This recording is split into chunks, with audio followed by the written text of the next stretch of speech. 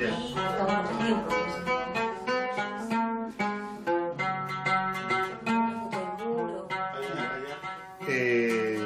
O sea, se va a terminar de vender este.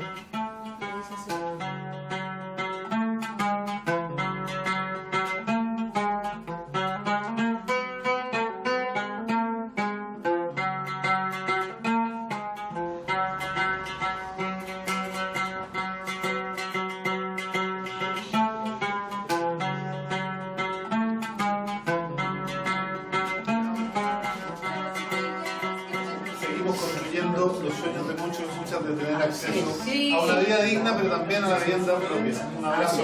Así es.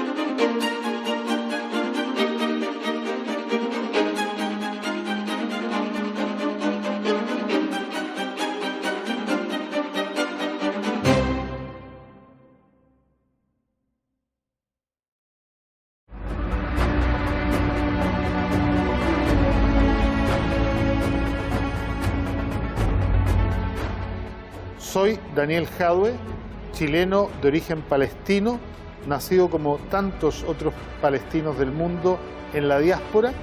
Chile tiene una de las comunidades más numerosas fuera del mundo árabe. Se dice que somos cerca de 300.000, pero somos millones repartidos por la faz de la tierra, lejos de nuestra patria, pero comprometidos con la identidad, la historia y la lucha de nuestro pueblo, de nuestra tierra, que es y será por siempre Palestina. Hola a todos y a todas, muy bienvenidos. Marhaba. Niños, niñas y adolescentes son habitualmente presentados en todo el mundo como el futuro de las sociedades. Sin embargo, hoy en Palestina, los niños, niñas y adolescentes palestinos están siendo brutalmente masacrados ante la mirada cómplice de todo el mundo. Israel no solo ha querido desde siempre borrar la presencia del pueblo palestino de la historia, sino que además hoy pretende aniquilar el futuro. Los invito a que profundicemos, a que analicemos, a que conozcamos más a través del siguiente video. Les informo, son imágenes impactantes y dolorosas.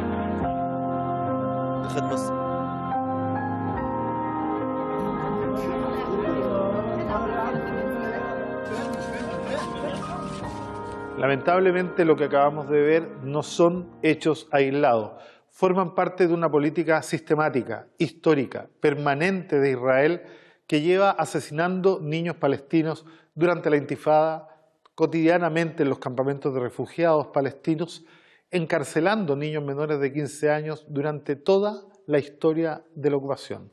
Los invito a continuación a ver el reportaje de la periodista Huda Hegazi, donde profundizaremos este tema. Desde el comienzo de la agresión israelí a la Franja de Gaza, los niños han sido el blanco de los ataques de la entidad sionista. Según el Ministerio de Sanidad palestino, más de 8.500 niños han sido asesinados, lo que representa más del 40% del número total de las víctimas.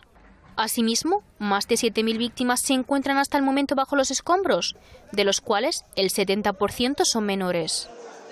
Por ende, la cifra de niños asesinados aumenta por minutos. Nosotros hemos perdido a mucha gente de nuestra familia y todos los gazatis han perdido a un número de sus familiares. Nuestra salud mental está saturada y hemos perdido muchas cosas. Deseamos volver a nuestras casas y a nuestras tierras. Queremos volver a la ciudad de Gaza porque ya estamos cansados de vivir en los colegios. Los niños están aterrorizados. Por ejemplo, mi hermano se asusta cuando escucha los bombardeos. Estamos muy cansados y queremos que esto acabe para volver a nuestras casas.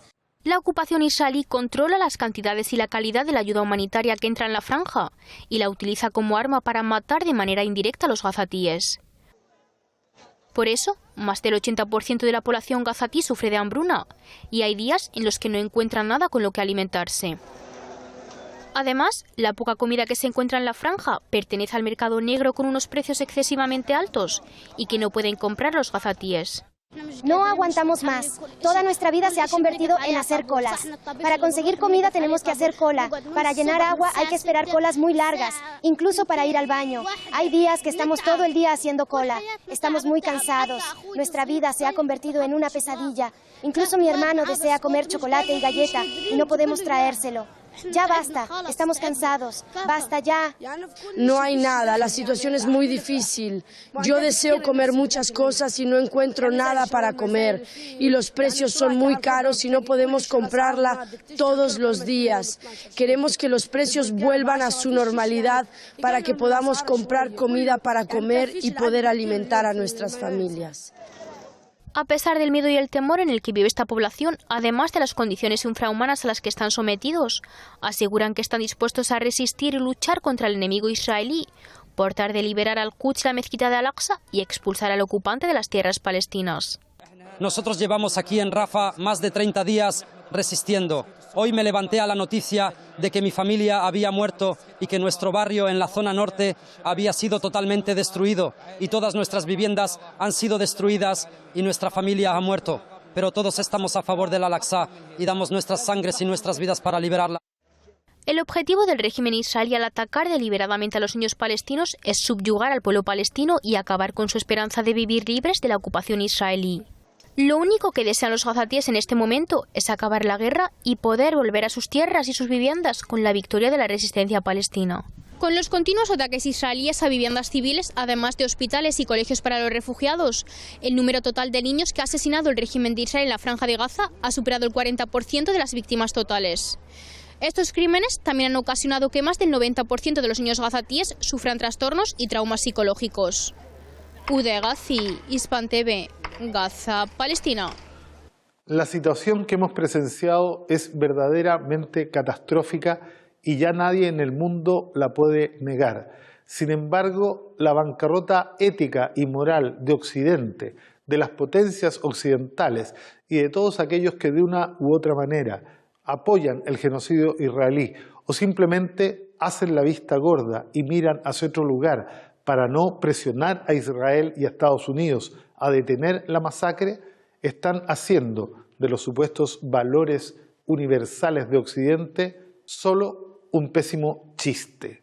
No puedo terminar este bloque sin enviar un saludo y hacer un homenaje a la periodista Huda Hegazi, porque en el último tiempo su casa ha sido bombardeada, su familia ha estado sufriendo una persecución tremenda y todo el trabajo que ella hace en estas circunstancias es sencillamente un trabajo de heroína. A continuación los quiero invitar a conocer un poco más sobre la historia de Palestina, conversando con el doctor Ricardo Marzuca, profesor del Centro de Estudios Árabes de la Universidad de Chile, especialista en asuntos del Medio Oriente, pero también en migraciones del mundo árabe hacia el cono sur de nuestro continente. Hola Ricardo, ¿cómo estás? Muchas gracias por aceptar esta invitación. Hola Daniel, muy buenas tardes, muchas gracias por la invitación, encantado. Ricardo, hace más de 100 años un periodista británico acuñó la frase una tierra sin pueblo para un pueblo sin tierra, pretendiendo con esta narrativa profundamente sionista legitimar la inmigración ilegal a Palestina en tiempos de persecución, ¿no?, hacia algunas comunidades judías en Europa. ¿Tú nos podrías relatar un poco más el origen de la presencia del pueblo palestino en la tierra de Palestina y hasta dónde se remontan, hasta dónde se entierran las raíces de la cepa étnica palestina en la historia de la humanidad? Sí, bueno, excelente pregunta, gracias por la pregunta. El primer comentario que yo haría a partir de la expresión, para poder comprender de que la historia palestina ha sido distorsionada, ¿no? Ha sido inventada, digamos, siguiendo un paradigma fundamentalmente sionista y colonial, es que, claro, la expresión una tierra sin pueblo para un pueblo sin tierra es fundamentalmente parte de los discursos coloniales del siglo XIX, de las potencias europeas cuando colonizaban territorio, ocupaban el concepto terra nullius o tierra baldía o tierra vacía, ¿no? El historiador británico Arnold Toynbee, en su estudio de historia, dice: nosotros los europeos, cuando colonizamos un territorio, damos por hecho que los habitantes que habitan en ellos son parte de la flora y de la fauna, ¿no?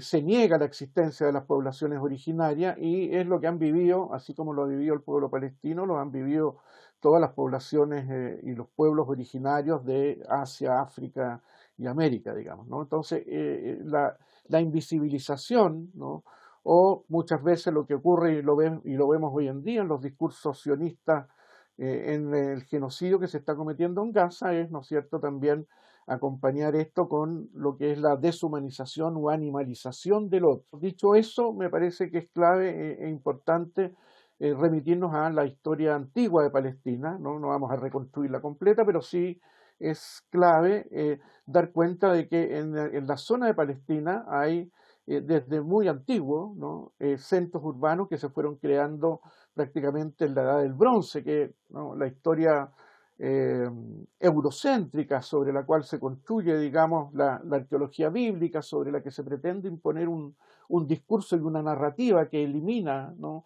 o que excluye la verdadera historia que se forjó en ese territorio, está justamente asociada a la existencia de centros urbanos desde muy antiguos, ¿no? La ciudad, uno de los más antiguos asentamientos humanos en la del Bronce es la ciudad de Jericó, que se remonta al año 9000, por lo menos antes de Cristo, ¿no? Y así sucesivamente en toda esa zona, efectivamente, por su fertilidad, ¿no?, por la fertilidad de la zona de Palestina, fue dando lugar a una evolución importante, digamos, de creación de centros urbanos, ¿no? Y posteriormente, digamos, eso fue acompañado por toda una oleada, ya después en la Edad del Hierro, fue acompañado entre el año 2500 a 1000 antes de Cristo por una serie de oleadas de grupos humanos que vivían en la península arábiga, ¿no? Que la historiografía occidental distorsiona la historia de alguna manera utilizando la expresión pueblos semitas. Efectivamente, lo que hace ahí la lingüística europea es apelar a una terminología que se remonta, ¿no?, o que apela al capítulo 10 del Génesis, ¿no?, por Sem, uno de los hijos de Noé.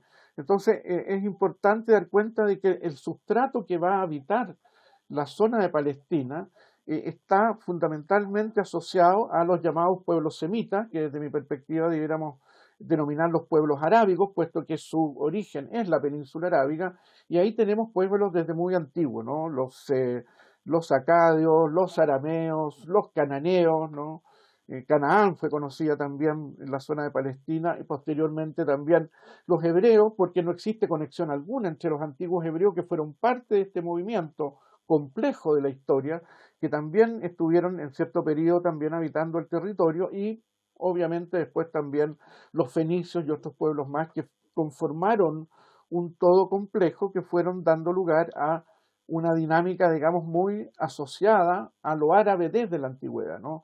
La característica fundamental de la Palestina histórica, ¿no?, está asociada a una multiculturalidad, a un conjunto de grupos humanos, ¿no?, que interactuaron en el territorio, ¿no?, que le fueron dando una identidad, y esa identidad está fundamentalmente asociada a una diversidad cultural, ¿no?, a una diversidad cultural, a una interculturalidad y a la posibilidad, ¿no?, de un reconocimiento de la legitimidad de los habitantes de ese territorio, ¿no? Y en segundo lugar también hay que insistir en el sustrato fundamentalmente árabe del territorio, que no está asociado a la expansión del Islam del siglo VII, que efectivamente ahí se consolida, ¿no?, una arabización del territorio, pero cuya presencia árabe se remonta efectivamente a varios cientos de siglos, digamos, antes de la expansión del Islam, por la importancia de lo árabe, ¿no?, en toda la región del Próximo Oriente. Entonces hay una larga tradición, ¿no?, vinculada a un habitar el territorio por parte de una población originaria que creó centros urbanos, que estuvo muy vinculada con lo que se conoce como la Nahda o el Renacimiento Cultural Árabe en el siglo XIX, ¿no? Palestina no era un territorio deshabitado, sino que habitaba, ¿no es cierto?, una población con una larga tradición histórica, muy asociado en el XIX a el Renacimiento Cultural Árabe, ¿no?, una sociedad semirural, pero cuyos centros urbanos, ¿no?, fundamentales estaban vinculados con los otros centros urbanos árabes de la región, ¿no?, con Beirut en el Líbano. Diría que muy sintéticamente es lo que uno podría expresar y en relación, digamos, a la Palestina habitada, ¿no?, desde muy antiguo y con una larga tradición urbana también de ciudades que estuvieron muy vinculadas al comercio desde la antigüedad y a una vida cultural muy rica asociada a las diversas tradiciones, ¿no?, a la cristiandad, al islam, y con una población judía árabe, ¿no?, que habitaba el territorio y que estaba identificada fundamentalmente con una identidad árabe en el territorio de Palestina y con una identidad palestina que era parte, ¿no?, de lo que podríamos denominar identidades múltiples, ¿no?, que no son excluyentes, ¿no? La exclusión, la segregación, la incapacidad de construir diversidad se da, ¿no es cierto?, con la etnocracia y la imposición de la colonización sionista a partir de finales del siglo XIX en el territorio. Efectivamente, toda empresa colonial requiere de reescribir la historia, de mentir y construir un pasado usable que le permita fundamentar, ¿no?, la acción colonial. Pasemos ahora a las preguntas del público. Bueno, mi nombre es Natalia Arcos y mi pregunta tiene que ver con cómo era la organización social y política en el territorio de Palestina, digamos, en el siglo XX, pero antes de la ocupación, digamos, en el Imperio Otomano o bajo la colonia británica. ¿Cómo se organizaba la sociedad? Y si realmente hubo algún momento en que hubo un Estado palestino, por ejemplo, o nada de eso similar. Palestina fue parte del Imperio Turco Otomano, ¿no?, hasta la caída y desmembración total del Imperio Turco Otomano al término de la Primera Guerra Mundial, ¿no? Pero durante el siglo XIX y desde, ¿no es cierto?, la ascensión de los turcos en el control, digamos, del espacio árabe islámico, entre comillas, Palestina fue parte de la gran provincia, ¿no?, conocida como Bilad al-Sham, traducida normalmente como la Gran Siria, digamos, ¿no? Por lo tanto, fue parte de ese complejo espacio intercultural, ¿no?, donde Palestina de alguna u otra forma formaba parte de ese territorio, de esa gran provincia, y que efectivamente, digamos, gozó de centros urbanos importantes, digamos, donde efectivamente las ciudades tenían, digamos, una relación directa y una asociación, interacción directa también con las zonas agrícolas, ¿no? Pero fue un espacio que gozó de cierta autonomía, ¿no?, bajo el Imperio Turco Otomano, ¿no? La administración otomana tenía una organización, ¿no es cierto?, con las llamadas wilayas o provincias, habían subdivisiones también dentro del territorio, pero efectivamente, digamos, había un espacio importante, digamos, de organización y de administración por parte, digamos, de la misma población del territorio, digamos, ¿no?, y de familias que participaban, digamos, de esa administración fundamentalmente en los centros urbanos, ¿no?, como una importante región dentro de esa gran provincia, ¿no? Claro, el tema cambia fundamentalmente a partir de la llegada, digamos, del Imperio británico, ¿no? Recordemos que toda la zona árabe de la región del Magreb, del norte de África árabe, fue colonizada por parte de los grandes imperios, fundamentalmente franceses e ingleses, ¿no? Colonizando los territorios, explotando los territorios, ¿no? Sustrayendo sus materias primas, ¿no? Imponiendo, digamos, la explotación de mano de obra barata, etcétera. Por lo tanto, la proyección de los grandes imperios franco-británicos, ¿no? Al término de la Primera Guerra Mundial, a partir de promesas hechas por los británicos, por ejemplo, ¿no? Como la conocida Declaración Balfour, donde antes del término de la Primera Guerra Mundial los británicos ya prometían un hogar nacional judío en Palestina y invisibilizaban a la población palestina en esa declaración, sosteniendo, ¿no es cierto?, de que la población no judía del territorio se le iban a respetar sus derechos civiles y religiosos, siendo que eran el 95% de la población y que había una población judía árabe, ¿no?, que estaba integrada a este espacio multicultural y de diversidad que habitaba el territorio, ¿no? Entonces, claro, Palestina fue objeto de la división que imponen los famosos acuerdos Sykes-Picot, hechos entre Francia y Gran Bretaña antes del término de la Primera Guerra Mundial, ¿no? Se subdivide el territorio en entidades políticas, ¿no?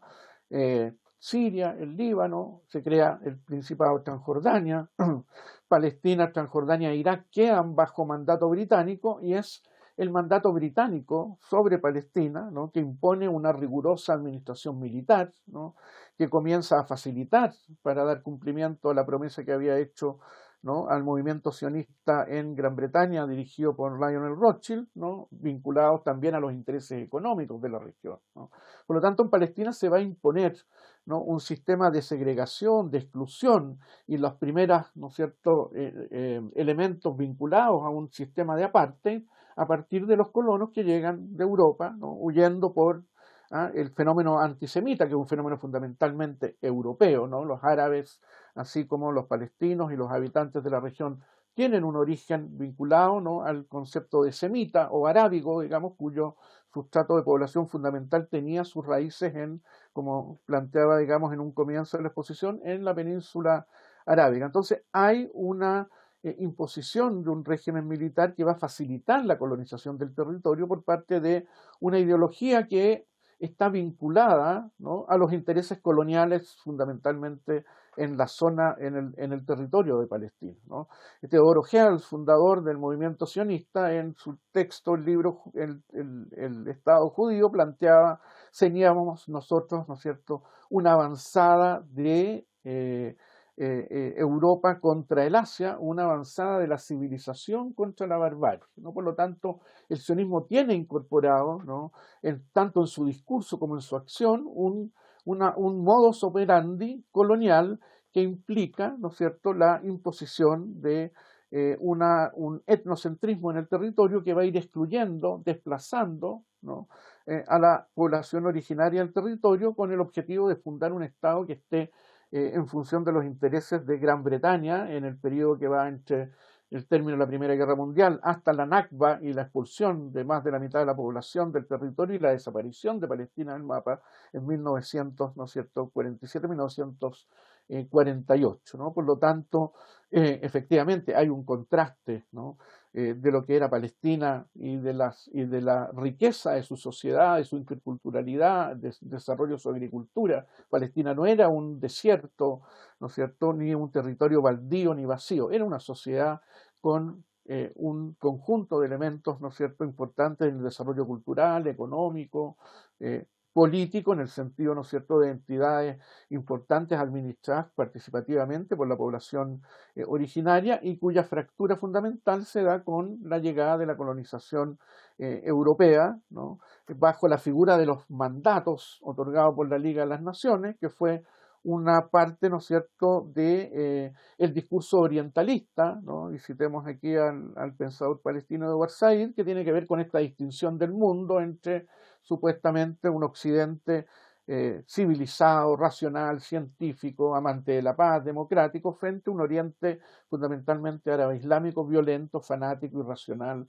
incompatible con la modernidad, incompatible con el progreso. Entonces, en ese contexto, el sionismo indudablemente se apropia, ¿no?, del nacionalismo étnico en la cual se había forjado en Europa el sionismo, ¿no es cierto?, lo traspasa y lo implanta en el territorio de Palestina con el objetivo de desplazar a la población originaria, instalar un Estado en función de los intereses coloniales en ese momento de Gran Bretaña, hoy en día en función de los intereses coloniales, ¿no es cierto?, fundamentalmente de Estados Unidos, con, ¿no es cierto?, la complicidad indudablemente de Europa, y en función, ¿no es cierto?, de evitar la creación efectiva de un Estado que vuelva a ser de Palestina el territorio, ¿no es cierto?, multicultural, diverso, donde las comunidades, ¿no es cierto?, cristianas, judías y musulmanas convivían en paz antes, ¿no es cierto?, de la imposición del mandato británico y después de la fractura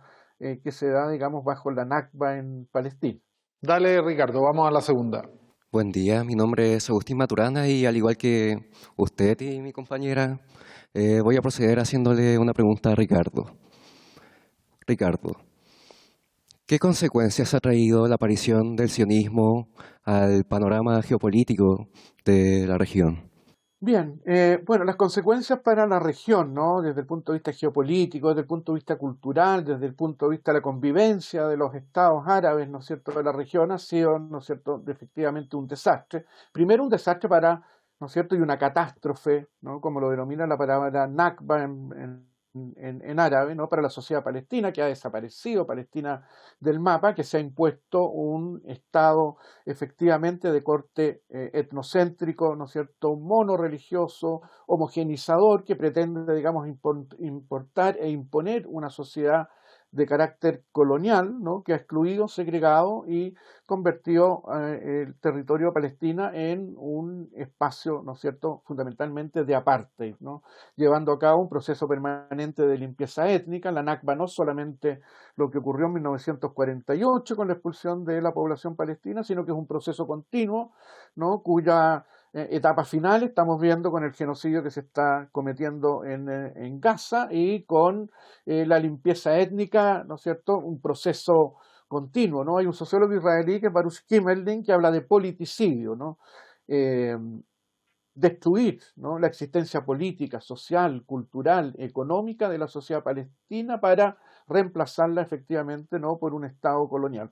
Por lo tanto, desde el punto de vista de la sociedad y del pueblo palestino ha significado una catástrofe, un proceso continuo, ¿no?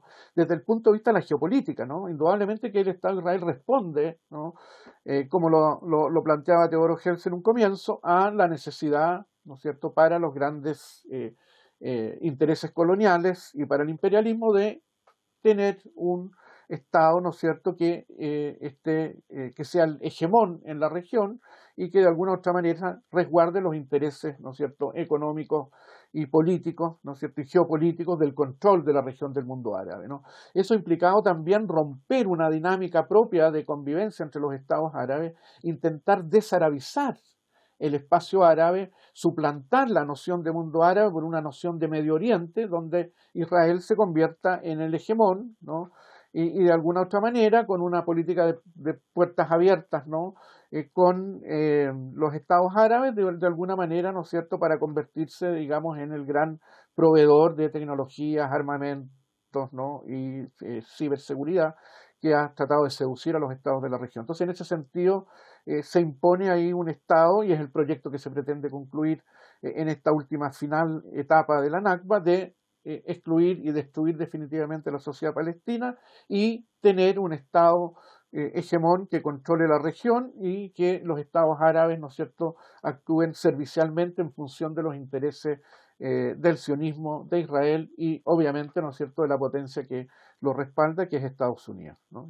Muchas gracias, Ricardo, por aceptar esta invitación. Espero poder encontrarnos pronto en alguna de las actividades por Palestina que seguiremos haciendo en conjunto en nuestro país. Muchas gracias a ti, Daniel, y al programa por la invitación, al canal, que es importante poder visibilizar y poder efectivamente dar cuenta, digamos, de miradas de la historia que efectivamente posicionen, ¿no?, a la historia de Palestina y a lo que está ocurriendo con la gravedad que tiene, digamos, en el genocidio que está en curso. Así que muchas gracias a ustedes por la oportunidad y por el espacio. Bueno, efectivamente, la aparición del sionismo en el mundo árabe no solo terminó con siglos y milenios de multiculturalidad, de interculturalidad, sino que además significó un retroceso y una traición al paradigma de la supuesta modernidad que pretendía formar la paz perpetua a partir de la instalación en el mundo de la fraternidad universal. Los invito en el próximo bloque a conocer un poco más de la diáspora palestina en Chile a través de la entrevista a la periodista y escritora Lina Meruane.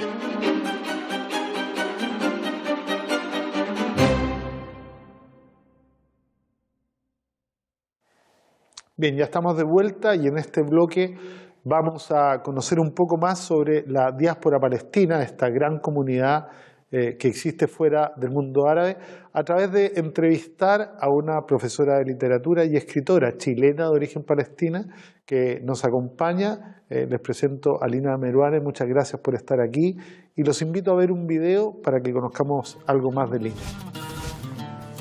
Lina Meruane no aprendió árabe en su infancia. La discriminación de comienzos del siglo XX obligó a las familias que llegaban a Chile a asimilarse, olvidando el idioma. En lo privado, algunas costumbres y sentires que trajeron sus abuelos palestinos se mantuvieron.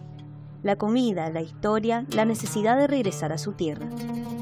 El abuelo de Lina lo intentó sin éxito en 1967. Falleció sin volver a pisar Palestina. Lina es escritora y docente. Su obra ha sido traducida a 12 idiomas y ha sido premiada en Chile, México, Canadá y Alemania, entre otros países. En 2022 recibió la Orden de Palestina por la Cultura, Ciencia y Artes, uno de los más significativos para ella. Lo recibí en nombre de mis abuelos, dice, los que nunca pudieron regresar. Bien, primero darte la bienvenida, Lina, y agradecerte que aceptaras esta invitación. Gracias. Quiero partir preguntándote, Lina, ¿cuándo llega tu familia a Chile? ¿Bajo qué circunstancias? ¿Y por qué inician el trayecto y esta tremenda travesía hasta terminar en este continente y en este país? Los árabes de la zona del Levante venían saliendo o escapando del Imperio Turco Otomano. Eran sobre todo cristianos, con lo cual no lo estaban pasando muy bien bajo ese imperio. Empiezan a migrar hacia las Américas y Estados Unidos cierra sus cuotas en un momento. Entonces la migración empieza a ser más hacia el sur. En el caso de mi familia y de la gran mayoría de palestinos que vive aquí, venían de los enclaves cristianos alrededor de Belén, sobre todo de Beit Yala, donde hay más población en Chile que en la propia Beit Yala. Y el caso es que mi abuela cruza por Argentina de niña en alrededor de 1905. Mi abuelo ya llega más tarde, alrededor de 1912, siguiendo a sus hermanos mayores. Eso es un poco la historia de esa comunidad, que llega por Argentina, se da cuenta que hay una mayoría de sirios, de libaneses, siguen camino, cruzan la cordillera y aterrizan, por así decir, en la zona de San Felipe y de ahí se van distribuyendo norte-sur. Esa es la historia de mi familia y según lo que yo he investigado es la historia de muchas familias de Beit Yala y de los enclaves cristianos. Está además muy bien retratado en un libro de Benedicto Chucky, ¿no? Muy antiguo. Exactamente. No Memorias de un inmigrante. Memorias de un inmigrante de Benedicto Chucky, que tiene una segunda parte que no mucha gente conoce, pero que es un libro maravilloso. ¿Cómo fue tu relación con el tema palestino? No solo con la cultura, sino que con el tema palestino en la primera infancia y la adolescencia. Bueno, yo que escribí un libro que se llama Ahora Palestina en pedazos, cuento ahí, sobre todo al inicio del libro, cómo fue esa relación y hablo de haber vivido en una familia chilena común y corriente, pero sabiendo que había un rumor palestino detrás. Y cuando yo digo ese rumor, era que se hablaba de esos viejos migrantes, comíamos y todavía comemos la comida árabe. Cuando yo me casé, mi padre apareció de sorpresa con unas bailarinas del vientre para celebrar la cultura. O sea, había toda esta cuestión que estaba ahí, pero sin ser una cuestión central en nuestra conversación. Yo perdí la lengua árabe, mi padre también la perdió, porque había impulsos asimilatorios muy, muy fuertes en Chile y en todos los países de América Latina. Entonces, mi transformación, mi volverme palestina, como digo en la versión anterior del libro, ocurre cuando viajo a los territorios ocupados. Sí, a mí me tocó presentar ese libro, ¿no? Volverse Palestina. ¿Nos podrías contar un poco cómo fue este proceso de transformación? Porque es un proceso que hace poco lo estoy viviendo también con mi hija, ¿no? En primera persona lo estoy viendo. Cómo es redescubrir esas raíces, pero ya no solo desde lo formal que todos hemos logrado mantener, la comida, algunas palabras, algo de la música, el baile, sino que empezar a conectar y compenetrarse con la causa palestina, con la historia reciente de Palestina y sobre todo con el sufrimiento actual. Claro, como tú bien dices, teníamos esta generación más joven una relación cultural con el mundo árabe y con Palestina. Para mí viajar a los territorios ocupados, cosa que ocurre un poco casualmente, lo cuento en el libro también de cómo me subo un día a un taxi y es un taxista palestino en mi barrio dominicano de Nueva York y él me empieza a decir que por qué no he ido, que tengo que ir y yo pensando sí, algún día iré, pero sin el llamado tan poderoso. Pero por circunstancias como muy aleatorias yo terminé viajando porque me prometí a mí misma y le prometí al taxista que si me llegaba una invitación para ir a un lugar que estuviera a medio camino, porque por supuesto es muy caro ir, entonces yo iría. Y al día siguiente entró un email invitándome a Londres, y dije, medio camino, increíble, y además la semana antes de vacaciones de la universidad. Entonces yo decido, digo, bueno, esto es un llamado, tengo que ir, tenía una invitación pendiente de un amigo, y llego allí. Y la experiencia de viajar y de verme reconocida por el Estado de Israel como palestina, cosa que es la primera vez que me había pasado, de sentirme discriminada, humillada, interrogada, me levantó todas las luces rojas. De hecho, fue tan duro ese paso aeroportuario que yo me puse a escribir en la revista de la aerolínea con un lápiz que me prestó la señora que tenía sentada al lado porque me habían quitado todo. O sea, yo me subí con el pasaporte en la mano y ahí empecé a escribir lo que necesitaba escribir y ahí empezó a escribirse ese libro. Y tiene eso que ver con la sensación de esta enorme humillación que yo como medio palestina que soy estaba sufriendo y la conexión tan poderosa que sentí con la situación de los palestinos que viven allí, que son palestinos 100% y que además han vivido 75 años de ocupación con todo tipo de vejaciones y humillaciones y discriminaciones. Quiero hacer una pregunta para los que no conocen de esta experiencia. ¿Esto que acabas de contar fue en el avión de salida o en el avión de entrada? En el avión de entrada a Israel. Pregunté eso porque esto es bien notable, ¿no? Esto te pasó porque viajaste en la línea aérea El Al. Sí. La línea aérea El Al, que es la línea aérea israelí, revisa a los pasajeros antes de subir al avión en cualquier vuelo que vaya con destino a Israel. Y estas vejaciones son habituales para todo aquel que, como tú bien lo dijiste, es reconocido como palestino. ¿En qué año fue ese viaje? Ese viaje fue en el 2012. Claro, yo no sabía que era mucho peor viajar por la línea aérea israelí. Y lo hice porque era el viaje directo y corto. No, es que además tú cuando compras en otra línea aérea, en la mayoría de las líneas aéreas que llegan a Tel Aviv, tienen convenio con el AL y opera ese tramo el AL sencillamente para poder hacer esto, ¿no? Es parte de la discriminación brutal que tienen y el efectivo control que tienen sobre todos los visitantes que van a Tierra Santa bajo cualquier pretexto y en cualquier consideración. 2012, un año importante. Quiero que por favor esta última parte de la entrevista me cuentes con toda esta historia que nos has relatado, ¿Cómo se vive el sufrimiento del pueblo palestino y lo que ha estado pasando en Palestina en este último tiempo? Bueno, yo que he estudiado, porque a partir de ese viaje me puse a estudiar la historia y a revisar, digamos, todas las dimensiones de la ocupación, siento que este es un momento especialmente álgido, pero como he dicho en otras entrevistas, esta es una agudización del conflicto. Esto no empieza en octubre 7, que por supuesto lo que sucedió ahí fue tremendo, pero esto no empieza ahí y descontextualizar es realmente gravísimo. Y ha habido una especie de presión por descontextualizar. Quien contextualiza pasa a ser sospechoso, como si estuviera apoyando a Hamás, por ejemplo. Y eso no es así, es entender que en procesos de tanta opresión va a haber momentos de agudización de violencia. Y eso es lo que está pasando ahora. Pero además se siente, da la impresión cuando yo leo el periódico, leo el New York Times, no leo un pasquín que podría estar diciendo falsedades. Incluso leo un periódico que ha sido bastante amable con la ocupación israelí. Y leyendo el New York Times uno se da cuenta de que realmente ha habido muchísima presión para que se descontextualice, para que se acuse a las personas que estamos a favor de la causa palestina y pidiendo el inmediato cese al fuego, a callar.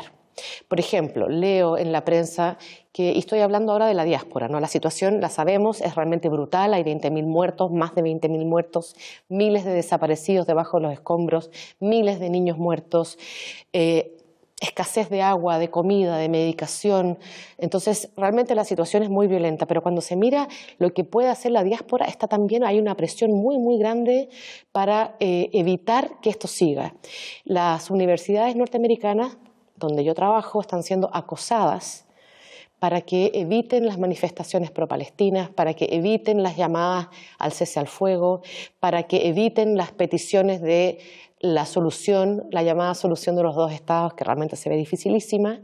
Entonces, realmente, tanto dentro como fuera, ha habido una operación muy brutal de silenciamiento de la situación. Entonces, es difícil saber qué hacer en una circunstancia así y eso genera un doble sufrimiento. Por un lado, ver lo que está pasando, que es un verdadero genocidio, al que no se le pone fin y sobre el que no se pone ninguna presión o no suficiente presión. Y por otro lado, la sensación de que quienes estamos fuera y tenemos un conocimiento de las circunstancias, estamos siendo silenciados. Lina, tú además eres periodista.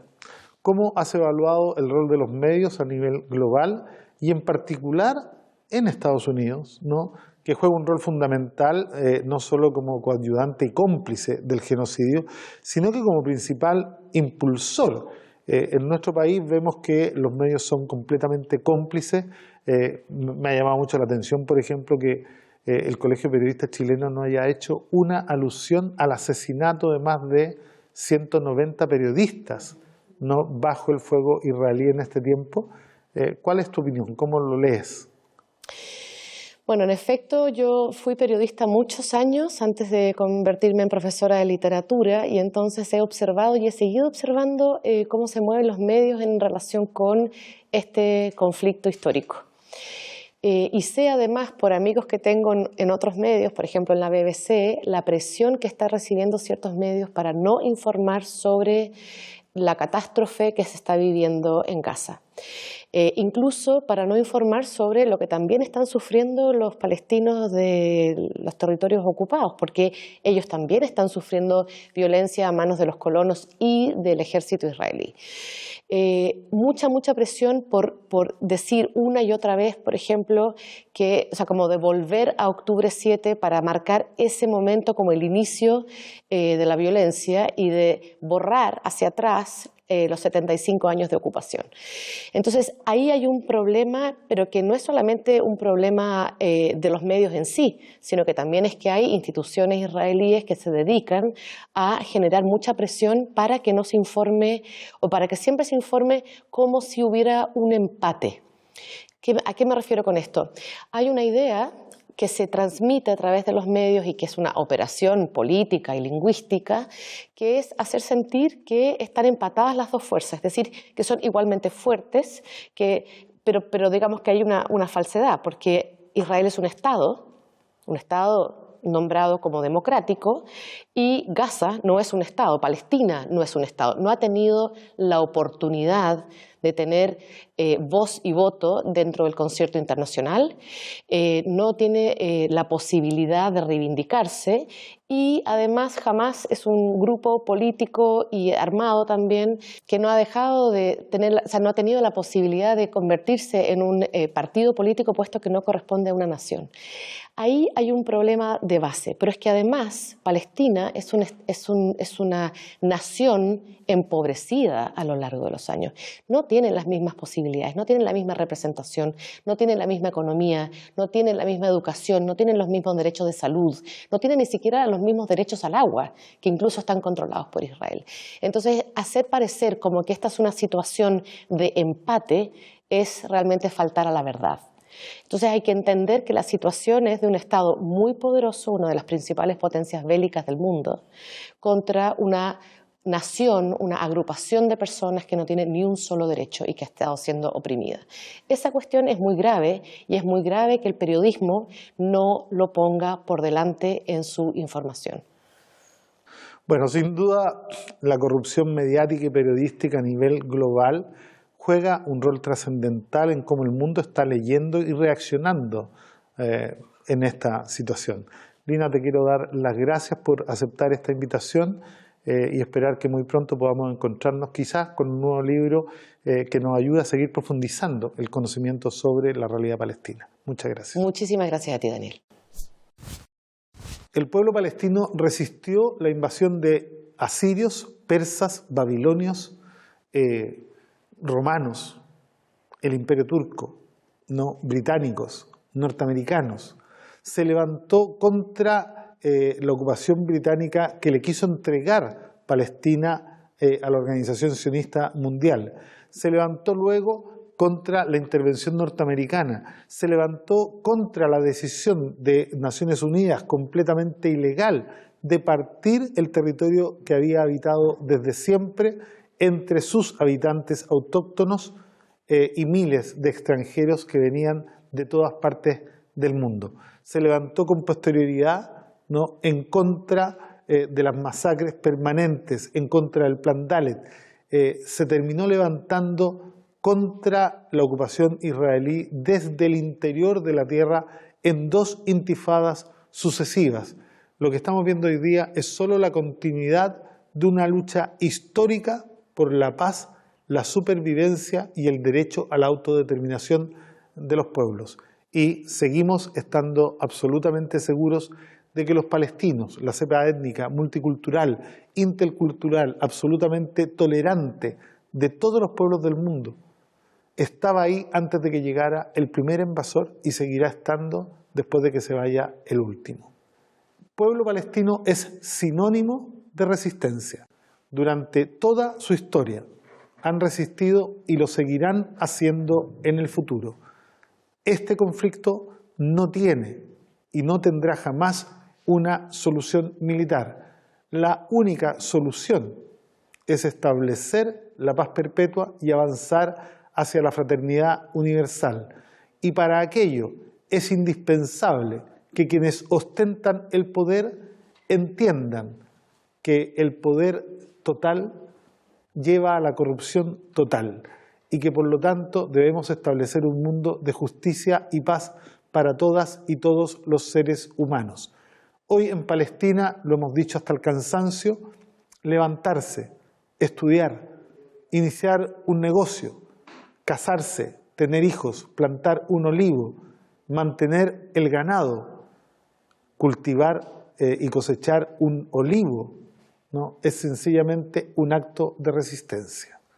Les ofrezco la palabra por si alguno o alguna de ustedes quiere hacer alguna pregunta antes de ir terminando el presente programa.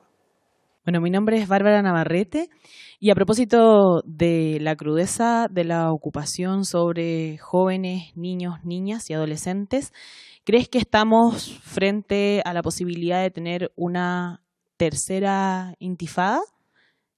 ¿Cómo lo evalúas tú? Hola Daniel, ¿cómo estás? Mi nombre es Matías Aguayo y quisiera preguntarte en el marco de la masacre que está viviendo el pueblo palestino, y el abordaje en los medios de comunicación. ¿Por qué crees tú o qué intenciones ves en los medios de comunicación hegemónicos la intención de presentar la resistencia de los pueblos y en particular del pueblo palestino como actos de terrorismo? Gracias, Bárbara. Gracias, Matías. Lo primero, intifada significa levantamiento popular, ¿no? Y uno faltaría a la verdad si pensara que en algún minuto de la historia de los últimos 75 años el pueblo palestino no ha estado de pie y resistiendo. Por lo tanto, quizás la pregunta podría ser si es que existe la posibilidad de que se llegara a un nuevo levantamiento generalizado en todo el territorio de Palestina. Yo creo que hoy día el descrédito de las instituciones palestinas y el descrédito sobre el proceso de paz que se inició con Oslo han convertido la posibilidad de una tercera intifada absolutamente generalizada en algo muy real. No podemos saber el cuándo, pero sin duda la masacre que se está llevando en Gaza no va a acercar la paz, muy por el contrario, no va a exacerbar los ánimos y en el futuro inmediato vamos a ver una reacción que creo que hasta el día de hoy el mundo no alcanza a sopesar. El levantamiento palestino es algo continuo, pero sin duda hoy todos se están preguntando y de hecho hay una focalización exprofeso malintencionada del conflicto actual solo en Gaza, lo que no es real. En las últimas semanas han muerto cientos de palestinos asesinados en Cisjordania y han sido encarcelados cientos de palestinos, miles de palestinos y cientos de niños en Cisjordania. Incluso volvieron a encarcelar a Ahmed Tamimi, ya la conocimos hace mucho tiempo, a Monder Amira, que es uno de los líderes de la resistencia pacífica en el campamento de Aida, en el intermedio entre Belén y Bet Yala, y por lo tanto todo hace parecer que lo que viene siempre será peor, salvo que haya un cambio de actitud fundamental de la comunidad internacional y que se dispongan realmente a detener a Israel y a detener la masacre. Respecto a lo que preguntaba Matías, no hay que perder de vista que yo creo que en el último periodo de la historia reciente de la humanidad, los medios de comunicación como los conocimos en algún minuto han ido desapareciendo. Sería difícil hoy día hablar de medios de comunicación porque hace 50 o 70 años los medios de comunicación buscaban definitivamente incomodar al poder y se preocupaban principalmente de hacer saber lo que el poder no quería que se supiera. Hoy día los medios de comunicación privatizados en la mayor parte del mundo tienen por función primordial, sobre todo en nuestro país, que se sepa solo lo que el poder quiere que se sepa, ¿no? Y por lo tanto ya no son medios de comunicación, sino que son medios de control social y de inducción, de creación de la realidad.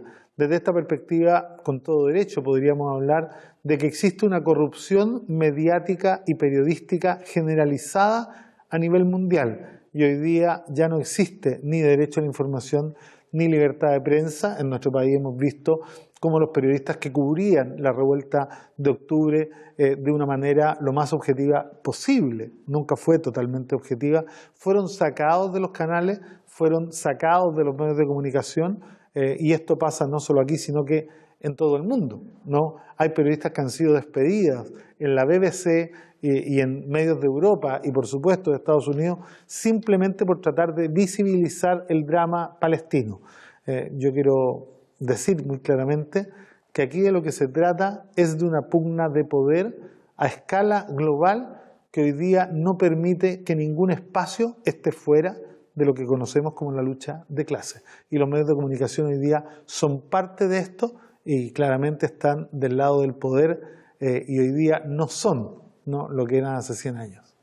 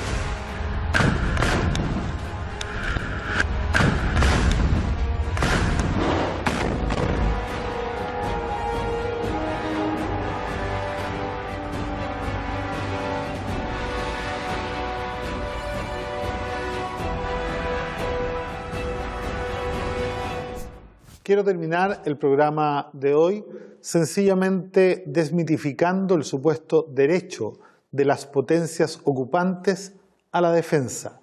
Ninguna potencia ocupante tiene derecho a defenderse de civiles inocentes bajo política de exterminio y genocidio. El derecho a defenderse por todos los medios posibles es un derecho consagrado universalmente en el prólogo de la Declaración de Derechos Humanos, ¿no? Y es un derecho especialmente reservado a los pueblos que viven bajo ocupación, que viven bajo gobiernos de facto y bajo una opresión continua como lo es el pueblo palestino hoy día. Saludamos desde Chile a la resistencia palestina y le deseamos larga vida y éxito en la liberación de su patria.